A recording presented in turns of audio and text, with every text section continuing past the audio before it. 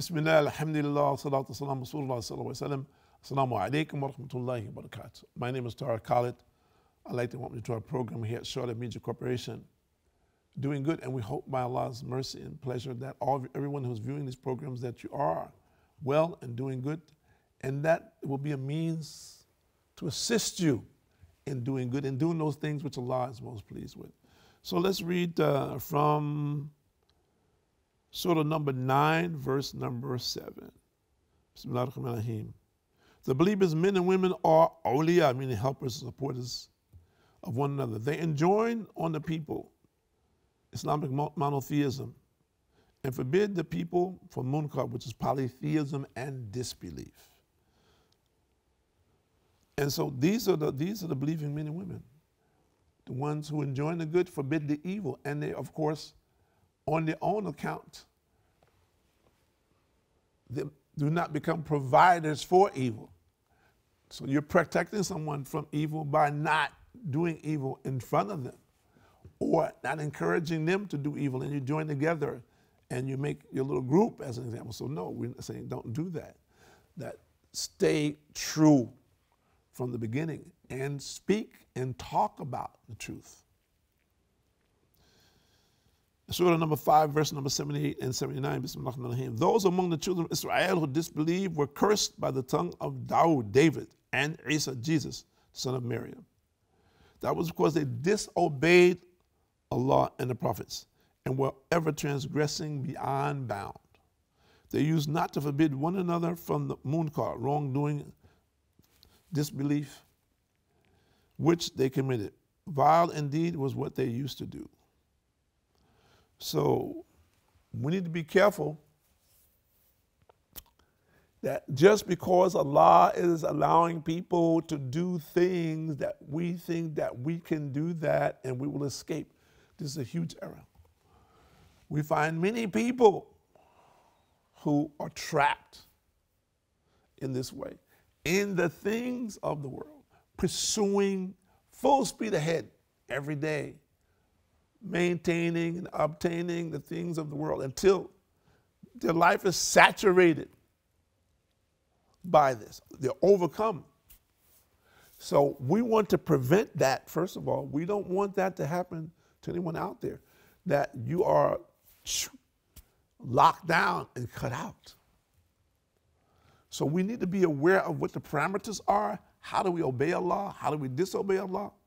And to discipline ourselves to try to obey Allah and to ask Allah to help us and make it easy for us to stay under His mercy, believing that whatever step that we take is a reward from Allah subhanahu wa ta'ala, and whatever step we take with the right foot is a reward. Whatever step we're taking with the left foot is a forgiveness for our sins, and that's for the person who is coming to the masjid. See, so for a simple thing, the reward is very big from Allah subhanahu wa ta'ala, and it is easy for Allah. So we should take this in consideration. We should look at it in relationship to our lives and what it is we're trying to do, what we're trying to accomplish, and our children, what it is that we want our children to do in their lives, how we're going to influence them in one direction or another so that they will get the correct guidance, so that they themselves will not be among those people who are misguided when they get older.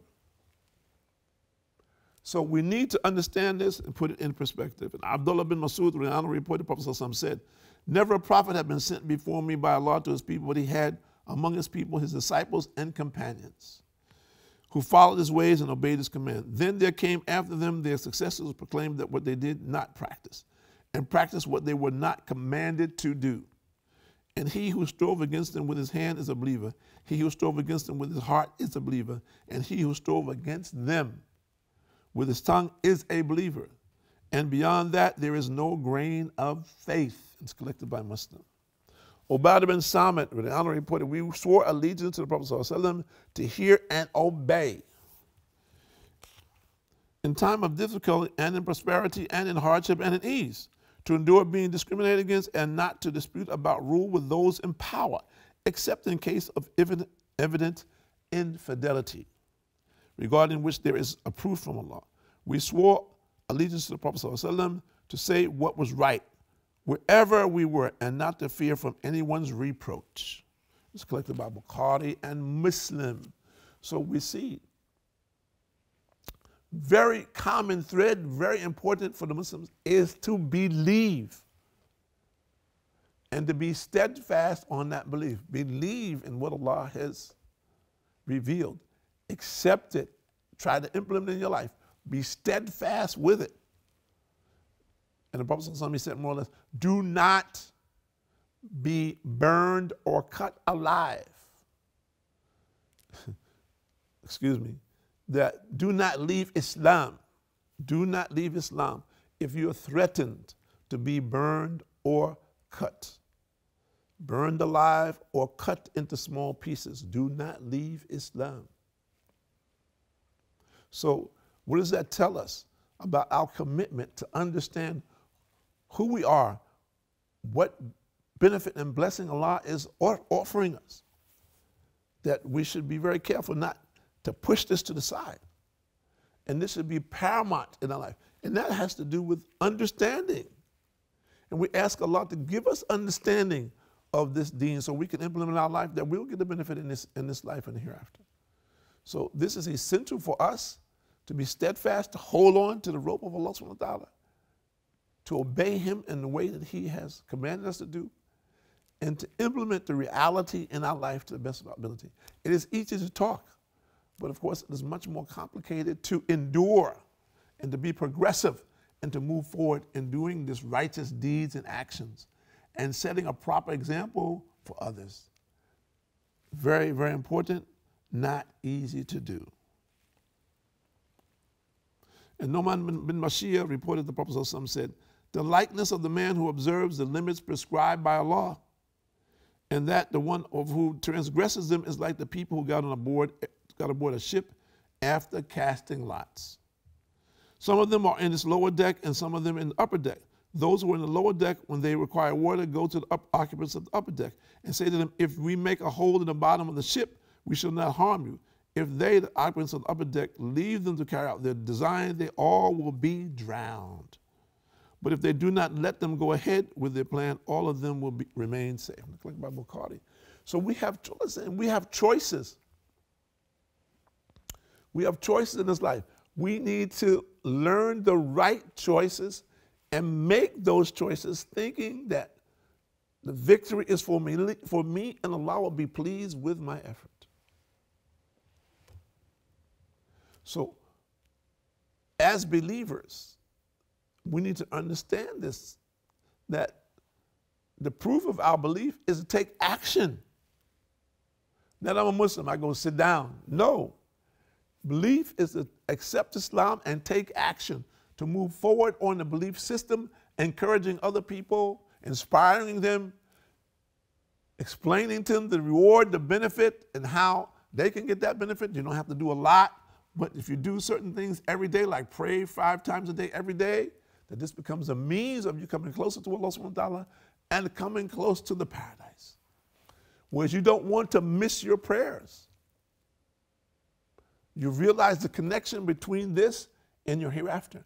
And that whatever habits, bad habits that we might have in this world, that by Allah's mercy, through the prayer, we can possibly be relieved of these things and move forward.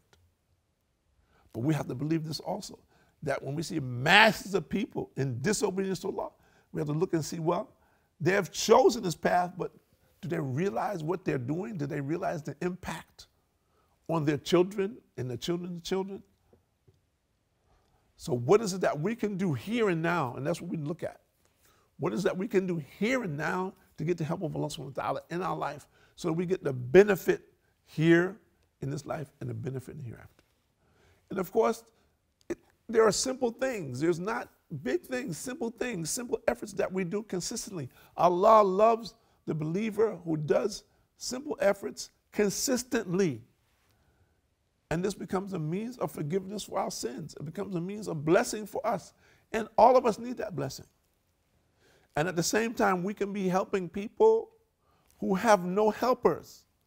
There's no one, they have no family, they don't have any close friends. They're in an old folks' home as an example.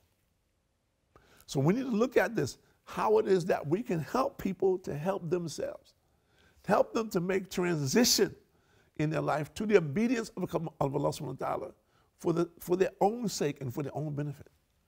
And that believing that in this is the solution for all of the things of this world. And we can make our effort to satisfy the things of this world, completely relying and believing on Allah, that there's nothing that Allah cannot do. And that we believe this fully, heart and mind, and work accordingly, that inshallah ta'ala, this reality will come in our life and the others will be impacted by it. People are impacted by passion. So Islam is dynamic. But what has happened is that people have misconstrued the dynamism.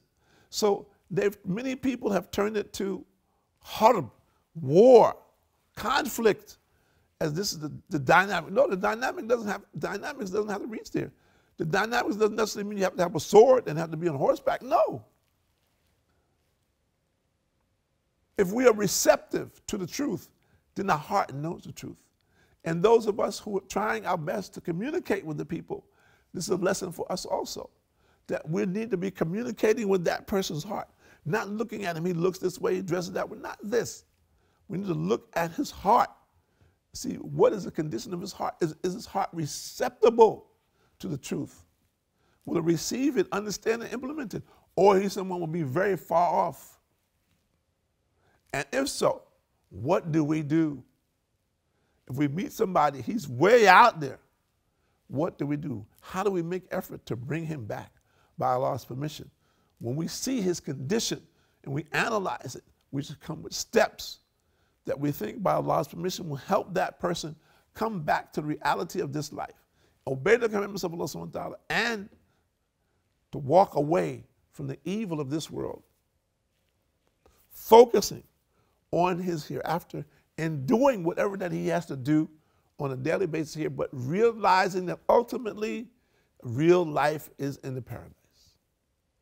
And there is nothing or everything in this world, for example, don't say nothing, let's say everything in this world would not compete to the smallest thing in paradise.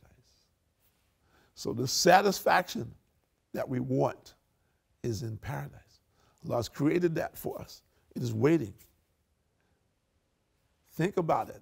Think about your present condition, how you will move forward, what are the steps that you will take, how you will get the help of Allah subhanahu wa ta'ala in whatever it is that you're doing. And we need to believe that the help of Allah is near, and we just have to make the effort, and that Allah will change our circumstance, and that circumstance will become a benefit for us in this life, and more importantly, in the hereafter. And that we should be focusing, warning ourselves about the hereafter, not about these soft drinks and other kind of things that people do in this world, thinking, well, you know, if you get this particular drink or you eat this particular type of candy, you know, it's going to make you like 1, 2, 3. You know.